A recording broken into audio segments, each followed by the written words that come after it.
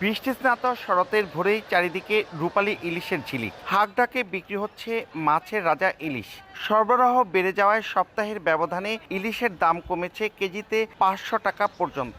1.5 KG ওজনের বড় ইলিশ বিক্রি হচ্ছে 2000 টাকায়, আর 400 গ্রাম ইলিশ বিক্রি হচ্ছে 380 টাকা কেজিতে। তাই ছুটির দিনে ইলিশের স্বাদ নিতে আসা মানুষের উপচে পড়া ভিড়। ইলিশ ছাড়াও প্রতিদিনের এই হাটটিতে উঠেছে রুই, কাতল, চিতল, মৃগেল, আইড়, বোয়াল, পাঙ্গাস। বিক্রি হয় সামুদ্রিক হিমায়িত মাছও। এই বাজারে পাইকারি দরে মাছ কিনা যায়, অনেক মাছ ওঠে, মাছ দেখে ভালো লাগে। 370 টাকা কেজি মাছ, রুই মাছ নিছি। বড় মাছ যেগুলো মনে করেন বেশি 2200-2500 টাকা কেজি, এখন বর্তমানে এগুলো 1800 টাকা কেজি।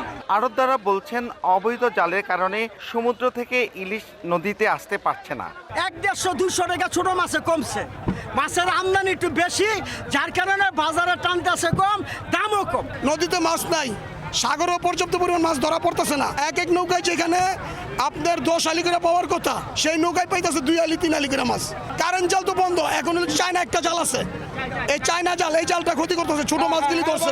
নদী বেষ্টিত এই জেলায় প্রতি বছর 31,000 মেট্রিক টন মাছ উৎপাদন হয়। এর মধ্যে ইলিশ উৎপাদন হয় প্রায় 1000 মেট্রিক টন। ধলেশ্বরী তীরের এই হাটে বেচা বিক্রি শুরু হয় ভোর 5:30 থেকে, আর 43 আড়ত ঘিরে 2 থেকে 3 ঘন্টায় বিক্রি হয় প্রায় কোটি টাকার মাছ। মুন্সিগঞ্জের মিরকাদিম থেকে নাসির উদ্দিন উজ্জ্বল, সময় সংবাদ।